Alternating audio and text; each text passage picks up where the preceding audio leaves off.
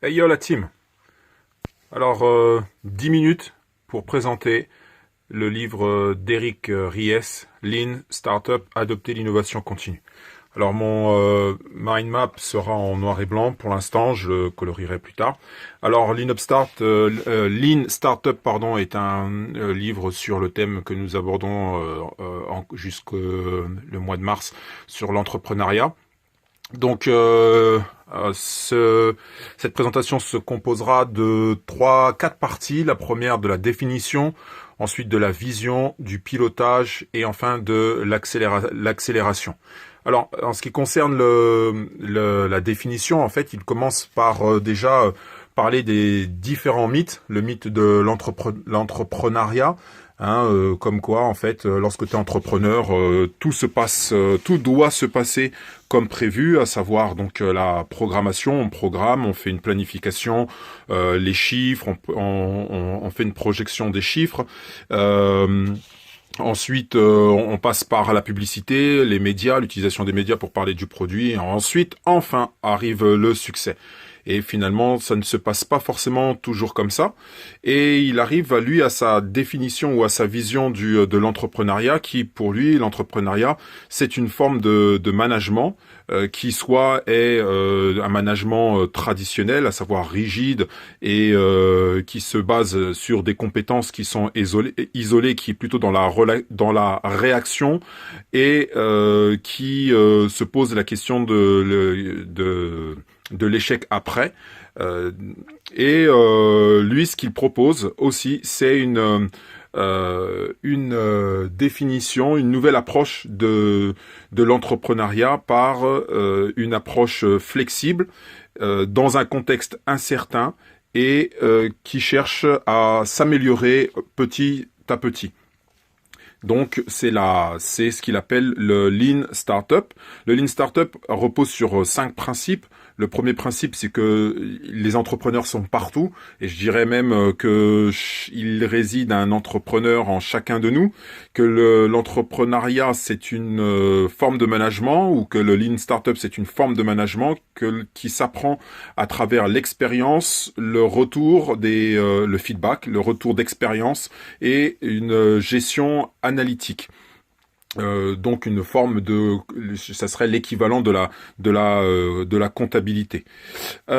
Ensuite, la définition, ou je dirais l'origine ce qui a inspiré Eric Ries à développer le Lean Startup, c'est en fait le Lean Manufacturing, qui est une méthode de maintenance ou de management issue du Japon, qui a été créée par Taishi Ono et Shingeo Shingo, qui sont eux des ingénieurs de Toyota. Et en fait, le Lean Startup repose sur le développement de la créativité, le savoir-faire, la valorisation du savoir-faire de chacun des employés, produire à temps et diminuer les stocks. Voilà ce qui concerne la définition. Nous venons de terminer la partie définition, et en même temps, voilà, c'est le moment de se lancer. Et se lancer commence par une vision. Et donc, la vision, est constituée de 3 foyers. La première, donc, c'est la vision, quel est l'objectif que je me donne. Ensuite, la stratégie, comment je mets en place, comment je vais atteindre cet objectif. Ensuite, le produit, c'est-à-dire le quoi. Là, j'ai écrit le qu'est-ce que, mais non, j'ai écrit what, mais non, c'est plutôt le produit, c'est-à-dire le quoi, ce qui va me permettre de manifester ma vision. Ensuite, après ces trois couches, la vision, elle repose sur l'apprentissage. Il est important, en fait, l'apprentissage est au cœur de Lean Startup. L'apprentissage est une activité, je dirais, est une action qui est continue. Voilà, c'est l'apprentissage tout au long de l'expérience. Donc, l'apprentissage, c'est une posture responsable. C'est-à-dire, je suis responsable de ce que j'apprends, je suis responsable des réussites ou des échecs, entre guillemets. Ensuite, il y a la validation de l'enseignement. J'ai expérimenté avec responsabilité et j'ai acquis certains faits, certains facteurs ou certaines données. Et maintenant, je cherche à montrer, à prouver que ce que je viens d'apprendre est la preuve que je fais des progrès ou pas, parce que de cela, je devrais prendre la décision de continuer ou de pivoter ou de changer de direction. Ensuite, apprendre, c'est aussi, je cherche cela me permet d'identifier les actions de valeur et les actions de gaspillage. Parce que finalement, le Lean Startup cherche à optimiser ce que je fais et à éviter le gaspillage et voilà, la perte de temps, la perte d'énergie, la perte de produits. Enfin, le zéro, c'est un avantage. Le zéro, c'est un ami parce que justement, il est plus facile de partir de zéro que de partir sur un produit déjà existant, parce que voilà, cela libère l'imaginaire et toutes les hypothèses sont bonnes et c'est plus facile de commencer par le tout début. Il y a l'expérimentation. L'expérimentation fait partie de sa partie vision. L'expérimentation permet de passer de l'essai à l'erreur. Le Lean Startup, c'est une expérimentation constante. J'apprends de mes erreurs. Voilà, essai, erreur. Ensuite, il parle aussi de l'hypothèse de valeur de proposition. C'est-à-dire, dans mon produit, qu'est-ce qui amène de la valeur? Qui est-ce qui est le plus important? C'est ce que je me pose toujours comme question. Qu'est-ce qui amène de la valeur? Qu'est-ce qui est important? Et qu'est-ce qui est facteur de croissance? Qu'est-ce qui amène la croissance dans mon produit? C'est ce qu'il appelle l'hypothèse de valeur de croissance. Enfin, il y a le produit le produit est une expérimentation en lui-même. Voilà. Donc mon produit est toujours en expérimentation. Je lance mon produit, j'expérimente, j'observe, je mesure et ensuite je le lance dans mon processus. Donc finalement, je peux déjà lancer un produit qui n'est pas fini sur le marché et continuer à l'observer. Donc dans la partie du pilotage vient la partie donc accélérée, c'est-à-dire je passe à une étape à l'étape supérieure. Donc je teste différentes stratégies, j'émets des hypothèses et ces hypothèses doivent être toujours dans la vision de l'entreprise. La partie ensuite, il y a la valeur et la croissance. Donc pour continuer à croître en fait, pour accélérer, je peux pas passer. Certaines entreprises ont senti quelque chose qu'ils appellent l'instinct. Et toutefois, cet instinct, ils ont cherché à le vérifier, à le tester, à le mesurer, pour ne pas rester uniquement sur de l'instinct. C'est une entreprise quand même, donc il y a une certaine forme d'empirisme et de réalité. Je peux aussi accélérer tout en allant sur le terrain, et ça fait partie aussi, je dirais, de la culture du lean-up.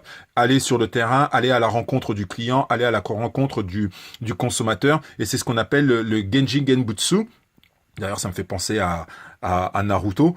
Mais voilà, Genji Genbutsu, c'est aller sur le terrain. Et pour aller et d'ailleurs, il cite aussi le design thinking, qui est aussi une méthode d'innovation, parce que cela permet d'aller à la rencontre du client et aussi de dessiner ce que j'appellerais un avatar, c'est-à-dire un client type. Donc les clients extrêmes, l'extrême utilisateur et le débutant, ça c'est vraiment du design thinking. Et en ayant les deux, je saurais comment mesurer et comment faire.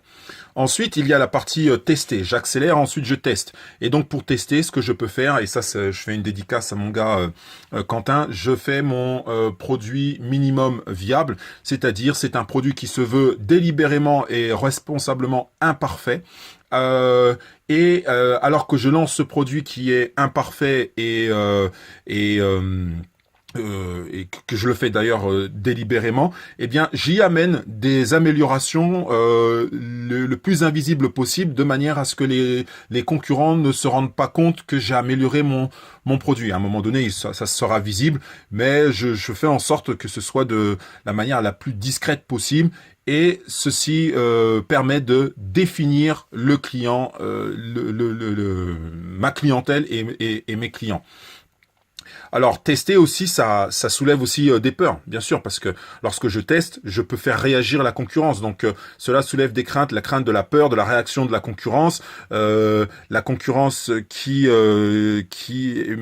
là dans le lean-up, la concurrence importe peu en fait, puisque mes améliorations sont invisibles et je n'ai donné aucune direction sur ce que je vais faire avant. Finalement, j'ai toujours un coup d'avance parce que ce coup d'avance là, je le connais pas finalement. Et c'est ça qui est important parce que moi-même, je suis surpris. Ensuite, tester, c'est aussi, pour tester, le Lean Startup demande de la patience. La patience, c'est vraiment important parce que justement, je ne suis pas dans la prévision, je suis dans l'analyse du marché constante. Donc, là, il y a la partie mesurée. Donc la partie mesurée qui se repose sur la comptabilité traditionnelle qui est mise de côté pour se reposer sur une gestion plutôt analytique pour avoir des indicateurs donnés par le marché. En fait, c'est la comptabilité du lean-up. En fait, c'est une manière de prévoir avec le lean-up. On peut commencer un projet avec très peu d'argent et innover au fur et à mesure et s'adapter. Ensuite, il y a la fonction. Donc les fonctions doivent être les fonctions de mesure doivent reposer sur les données à l'instant T. On est vraiment dans l'instant, dans le présent. On essaye d'envisager le futur, mais finalement c'est le présent qui compte le plus. Et à partir de cela, je vais faire mes réglages qui vont me permettre de pivoter, changer de direction, abandonner ou encore persister. Et pour cela, pour prendre ces décisions-là, je peux me reposer sur le feedback, les retours d'expérience. Donc, ces retours d'expérience me permettent d'améliorer. Et pour améliorer, je peux utiliser le split testing ou le test A/B. Ou encore un autre moyen qu'il propose, c'est le triple A, c'est-à-dire l'action. C'est-à-dire que j'analyse les causes et effets. Quel effet a cette action? Voilà, je suis toujours dans l'analyse de la relation de cause à effet. Ensuite, le deuxième A, c'est l'accessibilité à tous. Mon produit doit être accessible à tous. Et aussi, je me dois de faire un audit de ce produit. Enfin, nous passons à la dernière partie, la partie accélérée. Donc, pour accélérer, pour accélérer, il y a 3 phases.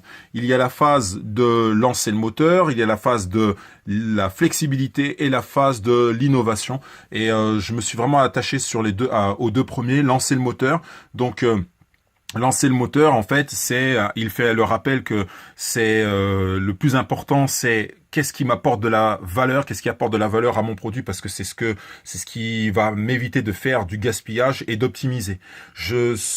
Lancer le moteur, c'est aussi connaître son client et aussi travailler, et ça c'était un concept intéressant aussi, travailler par petits lots. Donc le Lean Startup travaille par petits lots, par petite quantité. Donc on est vraiment toujours dans le test. Ce sont des produits finis rapides ou finis rapidement pour lancer sur le marché, donc des produits minimum viables toujours. Et on cherche vraiment l'efficacité, on cherche à être efficace, à l'opposé de lancer des produits déjà en série et puis constater après avoir produit nos 500 000 exemplaires que finalement le produit ne répond pas au marché et puis être dégoûté. Grâce à cela, grâce à ces petits lots, on a un feedback rapide et on peut s'adapter au marché, être flexible. Être flexible, ça permet donc d'investir de manière adaptée. C'est commencer petit, investir peu d'argent et investir là où il faut et quand il faut. Il propose aussi, pour continuer à être flexible, c'est toujours se poser la question des 5 pourquoi. Pourquoi 5 ? Parce que cela nous permet d'arriver à la cause, à la racine des problèmes. En fait, ensuite flexible. Cette flexibilité nous amène à une croissance. L'origine de la croissance, il l'a définie par le bouche à oreille, par un produit, par l'utilisation du produit. Je vois que tu utilises cette montre, purée, je la kiffe, donc je vais aussi l'utiliser. La séduction en fait, et la publicité, donc voilà, qui est une manière de faire connaître le produit, d'amener la croissance, et aussi par le renouvellement des produits que j'utilise. Donc j'ai une télé, elle tombe en panne, je suis obligé de la racheter. Enfin, je suis obligé, je peux la racheter. Enfin, le dernier point de l'accélération, c'est l'innovation. Je me suis pas trop arrêté dessus. Mais l'innovation, pour cela, en fait, il propose la sandbox. La sandbox, en fait, c'est donc le bac à sable, le lieu de l'expérimentation. Toujours avoir je dirais un centre expérimental qui permettra de développer d'autres produits à petite échelle, et qui permet une itération rapide grâce à un retour d'expérience. Donc voilà, c'était le livre de Eric Ries sur le Lean Startup. Le prochain que je ferai, que je viens d'avoir, c'est un livre de Robert Dilts, donc plus basé sur l'entrepreneuriat toujours, mais avec un point de vue de PNL. Donc je vous remercie. À la prochaine. Prenez soin de vous. Peace out.